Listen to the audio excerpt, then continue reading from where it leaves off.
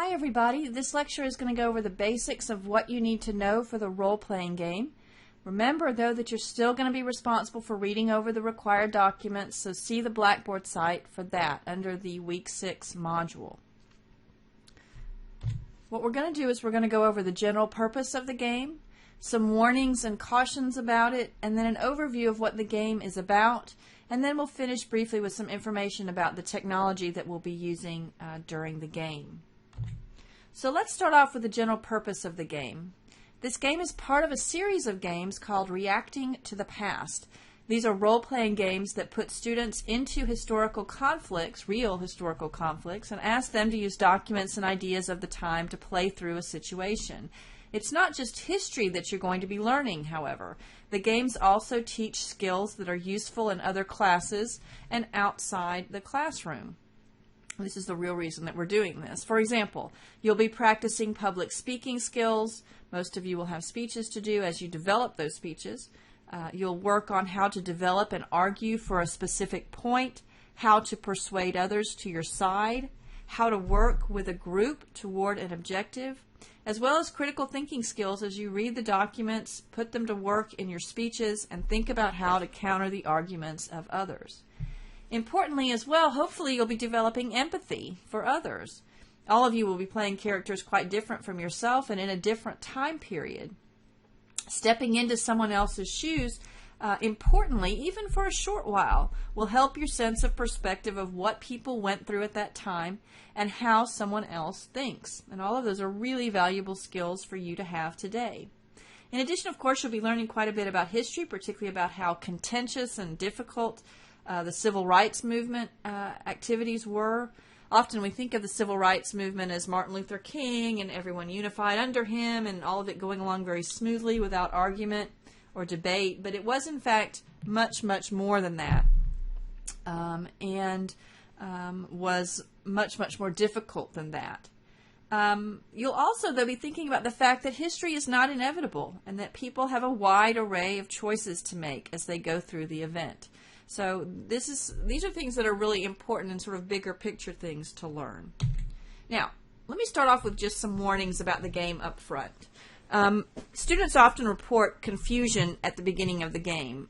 Most of you will never have done anything like this before, and the game does not have a lot of set rules and requirements. So you might feel a bit lost at sea, and this is completely normal. Generally, once the game starts and once it gets going, you'll get the feel of it a lot better. So just kind of hang in there and be a little patient. It is really important, though, to avoid this confusion as much as possible to make sure that you're ready to go when the game starts. If you're late with the prerequisites, if you haven't read the game book, if you don't get started until midweek, then yes, you're going to be confused. Work to be prepared, and that will help. But again, confusion at the beginning is okay. This is a very, very different assignment than what y'all are used to. If you're used to a lot of structure and direction, then this can be a little disorienting from time to time. Another real important thing to remember, the class is in charge of the game here. I'm the game master, so of course I'll be there, I'll be monitoring, I'll be stepping in from time to time and giving hints and ideas. But students guide the course of the game. The game will go along however students want the game to go along. This too can be really difficult for some students who are used to a lot of structure, used to a lot of direction, don't want to do anything that doesn't have a lot of structure or direction. Some students are very used to passive learning, unless, kind of just sitting and listening and, thinking that that's a good way of learning. Hang in there. Be flexible, be open-minded. One of the things to remember is that experiencing different ways of learning is very good as a student. Not everybody learns from lectures alone. Not everybody learns from reading alone. And the games really have the ability to teach students and to reach students who learn in different ways. Just bear that in mind. Do the best that you can. Being out of your comfort zone is a good thing. Being a little uncomfortable from time to time is a very good thing, and that can also often result in a lot of learning taking place. Most importantly, this is really, really important. Please, please remember that you are playing a character, and you are basically being an actor, more or less. You are probably going to be very, very different from your character. You may not agree with them. You may not even like them very much. They may be a different age. They may be a different sex. They may be a different race. They may have different political views. And some characters in the game are not particularly nice characters and are particularly difficult to play as a 21st century student. That is completely okay, but you are playing a character. And you have to try to do that to the best of your ability. Stick to your character even if it is distasteful for you to do so. And remember, too, this is also really important, others are doing the exact same thing. They're playing a character, too. So if someone says something to you, it's not that student talking to you as a student. It is that character talking to that other character. Do not take things personally. You are playing a character, so is everyone else. Know the game book. The game book includes the rules and details of the game as well as all of the required readings that are in there. It's really important that you read through this. I don't expect you to have memorized it, obviously, but it's hard to play a game if you don't know the rules, right? You'd be a little lost. Help yourself be more comfortable by at least having a general understanding of the rules and what characters can do and that sort of thing, and all of that is in the game book. Now, another thing regarding the workload for this week, we'll go over where to find what you need to do in a minute, but let me say this. The reading for the game this week is actually less than what we usually read in the textbook each week. However, because this is a game, your competitive spirit may kick in a bit, and you may find yourself working harder and doing a lot more work than usual. I often have students tell me that they do a lot of work during the game week. And that's because of this sort of competitive spirit. You want your character to win. Students report, and I have noticed continually, in the couple of years that I've been doing these games, that they are much more engaged in the debates in the game than the discussion boards on a weekly basis. The point is, overall, though, the workload and schedule are not different, really. Really the same as other weeks, but it may be different from what you've been doing and how you've been working so far in class. Students want to win, generally, and so a lot of the times you'll find yourself doing more to try to do that, and that's really a good thing. A word of warning as well, just one thing that students do find frustrating sometimes, that we have quite a few students in class, and some students will work very hard and be present for the game and play really well and do all of the work, and others may just skip the whole assignment altogether. That's completely normal in a class of this level and this size, but it is something you might want to be aware of. We have students who will do different amounts of work and be available sort of different amounts. Be careful of placing all of your goals or hopes in another character. Again, just simply be aware that different students may or may not participate or may not participate fully in this assignment for whatever reason, whatever happens.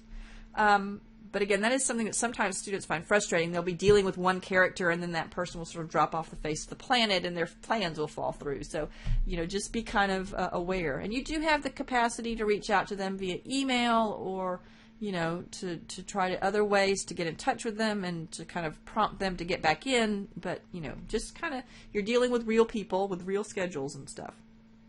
A final warning, really, really important. You are not expected to just know off the top of your head exactly what to do all the time in this game. If you are having trouble, please let me know. If you don't know what to do, please let me know.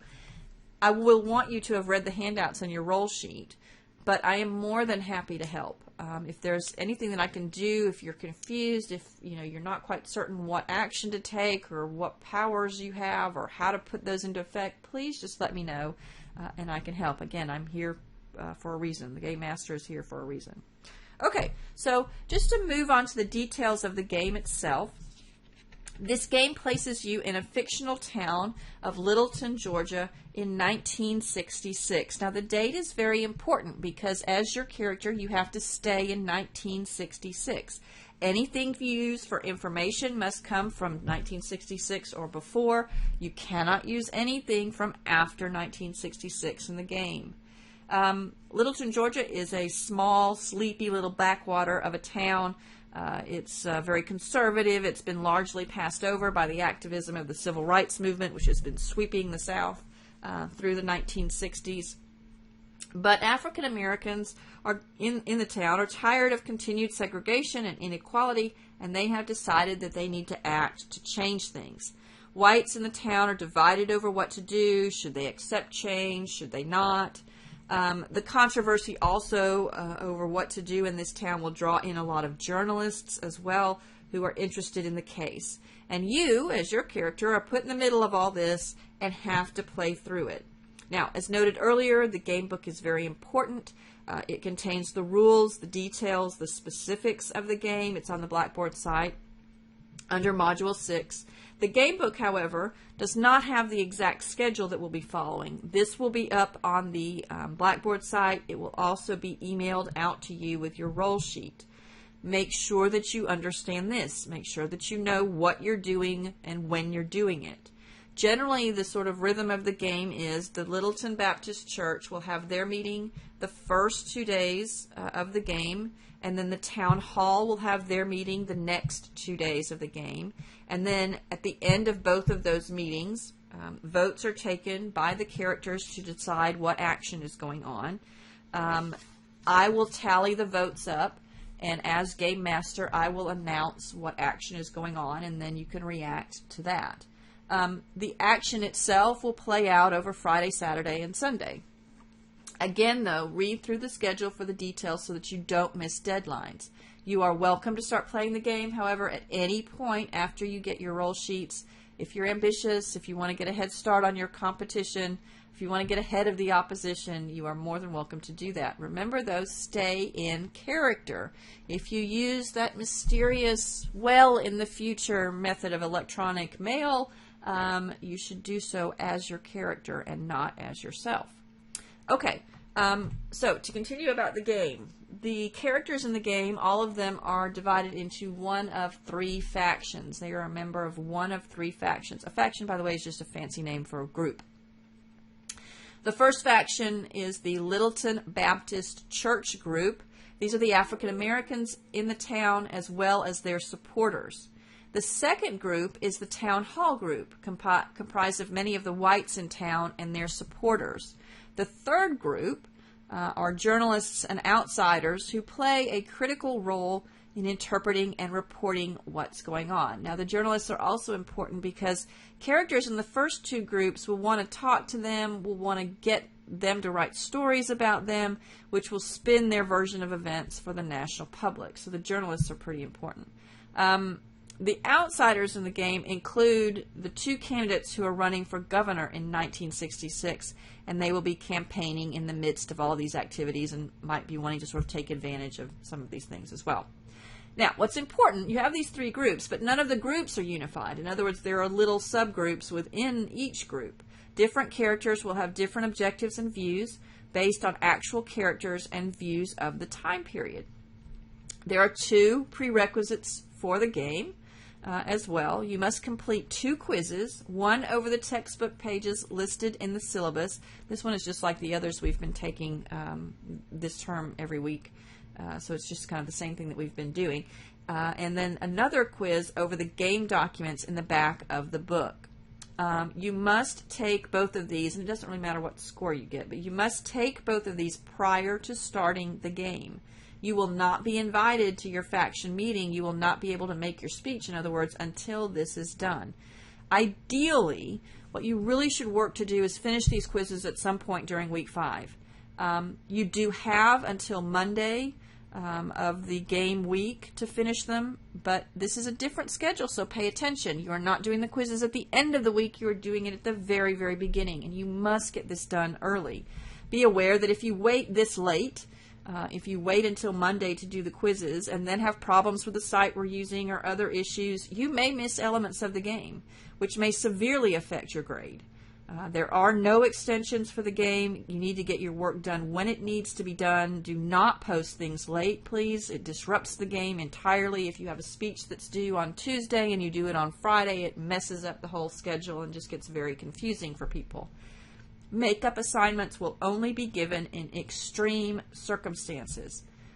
You have known about this assignment for 5 weeks now, since the beginning of the very semester, very term, so This is something that you need to be putting your energy into, and makeup assignments will only be given in very extreme circumstances. Please contact me, of course, if you have problems, but be aware that those kind of assignments are not going to be given out easily. I expect you to be doing what you're supposed to be doing when you're supposed to be doing it. Okay, we're going to take a break, and we'll come back with the second part in just a minute.